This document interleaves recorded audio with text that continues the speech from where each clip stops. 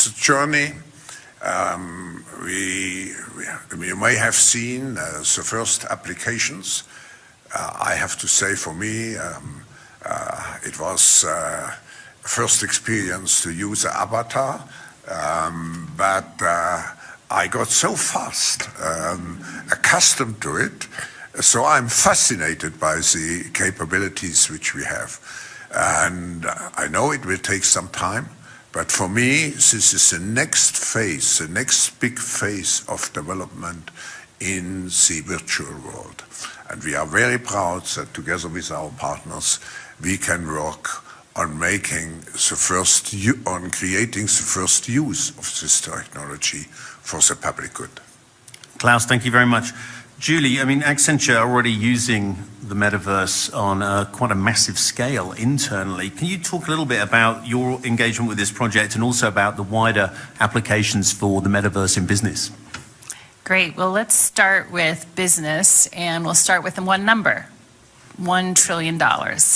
So that is what we estimate by 2025 the metaverse will influence in revenue in the private sector.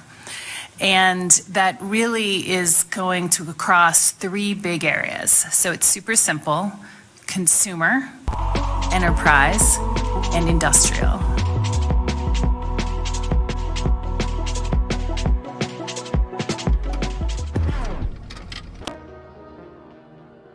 The absolute best way I could explain the Green Room is that it is quite possibly the closest thing in the world to a functioning holodeck from Star Trek. The holodeck essentially being a simulation room that you can walk within and kind of do anything within. And when you step into the Green Room and put on an XR3, reality completely dissolves around you. This room is not real. This is not real furniture, and this is not a real rug. The sunlight shining through the windows isn't shining from the sun, yet my body and hands are present. I'm there. But the really trippy part was realizing that some of the furniture was actually real in the room, but I couldn't tell the difference. I thought everything I was seeing was a simulation until my hands brushed up against something physical, and I realized at this moment in time, I legitimately do not know what is real around me and what isn't. I can't distinguish the two. I've obviously been around real objects all my life, just like we all have been, and I've spent tens of thousands of hours in VR, but I have never truly gotten the two mixed up until now. And this just does something really weird to the brain. The only way I can try to explain this is, well, I want you to look around your room, or wherever you're at, and find an object, let's say a soda can. Imagine you move to grab that can, but your hand just passes right through.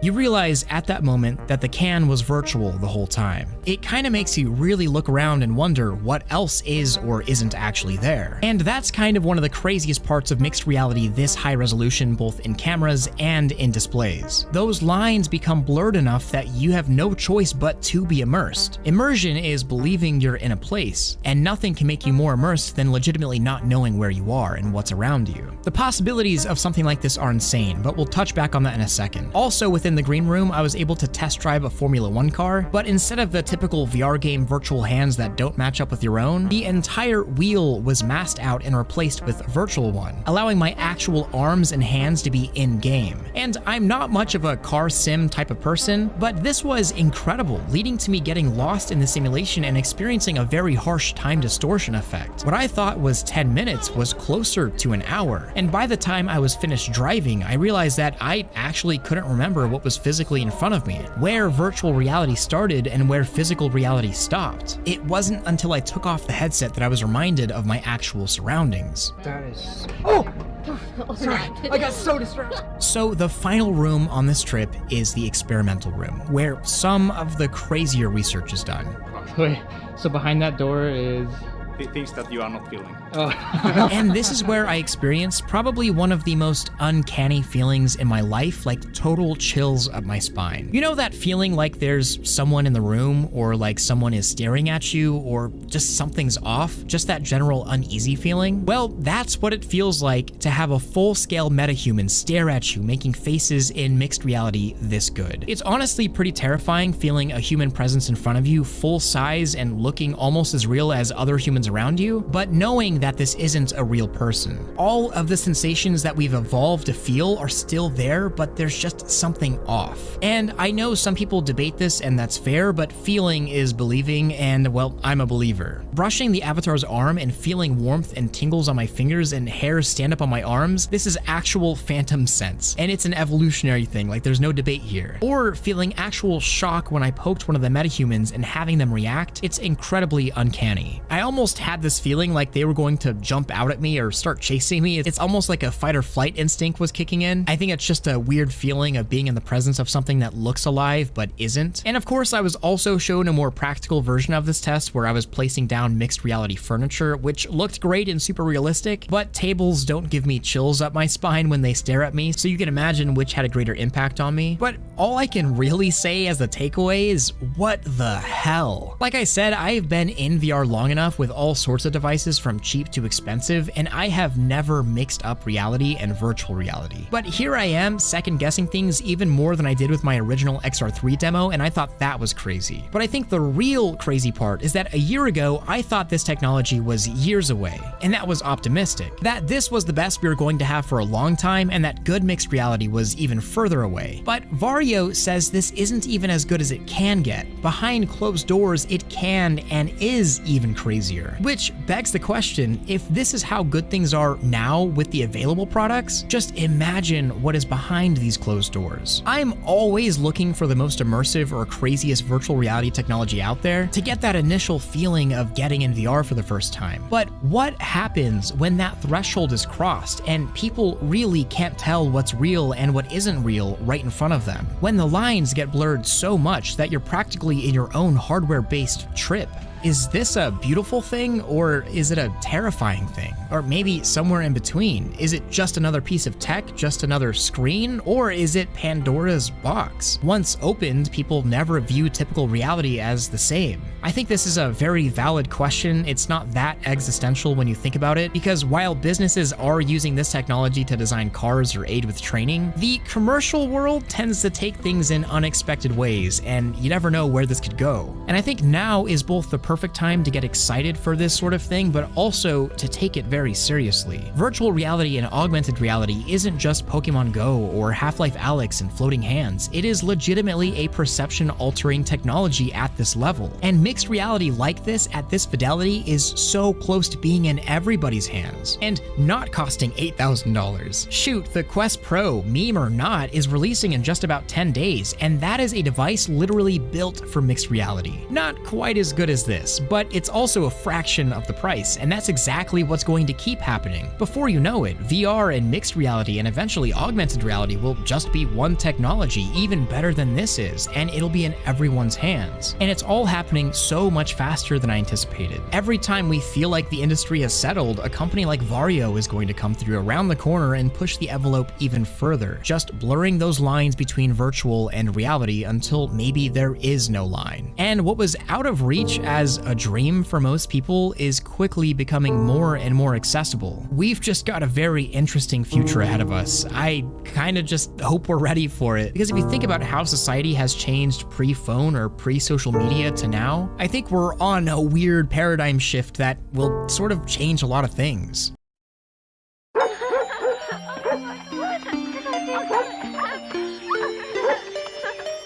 Oh boy, we really lucked out this time. We most certainly did.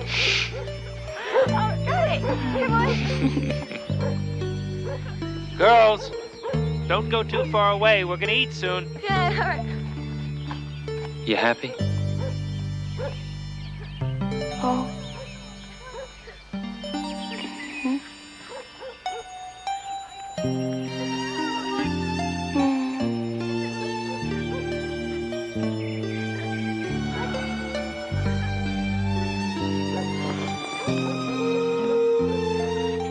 How about some champagne?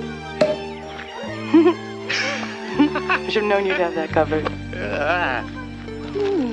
Ooh. Well, why don't you tell the twins it's time to eat, okay? Are you opening 2 bottles?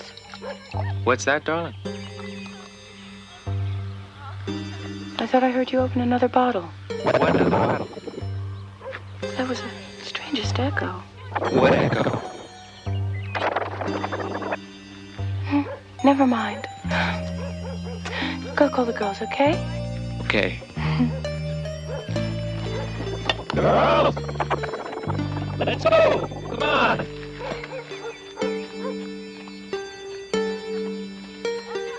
Wait a minute, where'd the chicken go?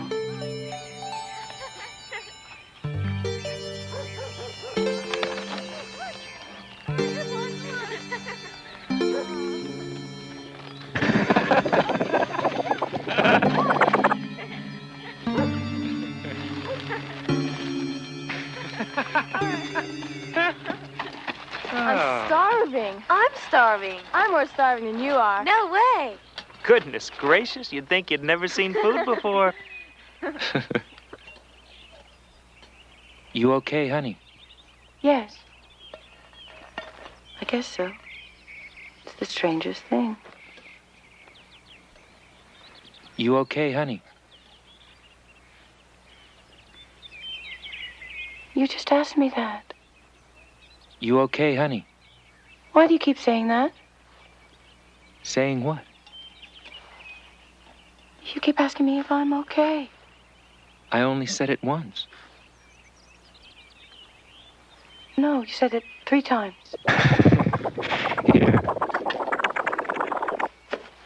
I think you need this. A toast to our new house, my raise, And this beautiful and gorgeous day. Hey, where's our drinks? I'll get them for you. Drinks. 1 drinks. 2 drinks. Get them open. Come on. Let's have a toast. Hey, where's our drinks? I'll get them for you. Drinks. 1 drinks. Toast to our new house, my raise, and this beautiful and gorgeous day. Here. I think you need this. A toast to our new house, my raise, and this beautiful and gorgeous day.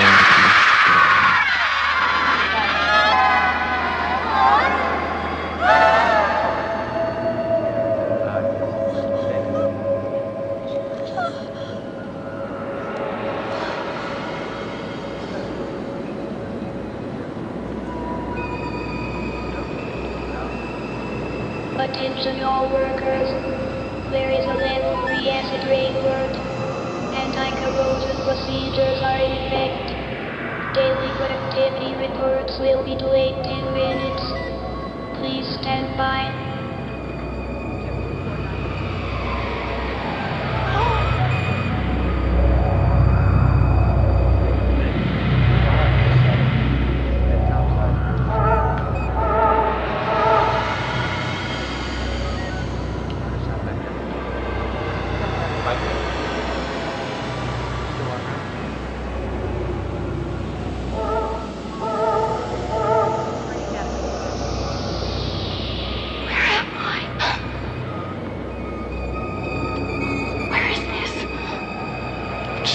When are they gonna get these things to work right? Don't they realize they're screwing with people's brains?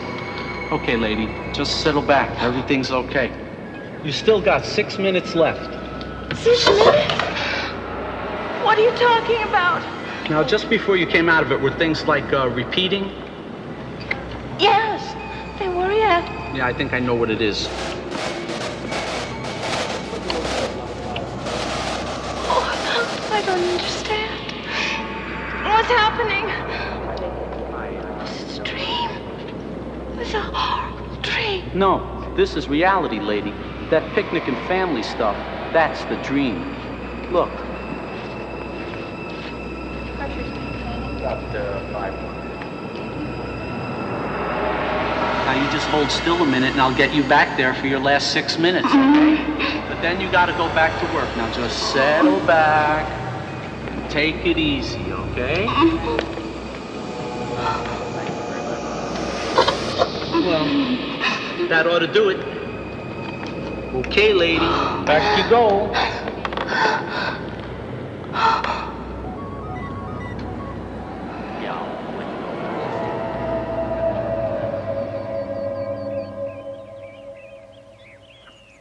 Nice snooze? No. Oh, I had the strangest dream. We got us a runaway, Blue Rex 17, hurry! Do you smell something burning? No. You're shivering. Are you cold? Little. So what was this dream?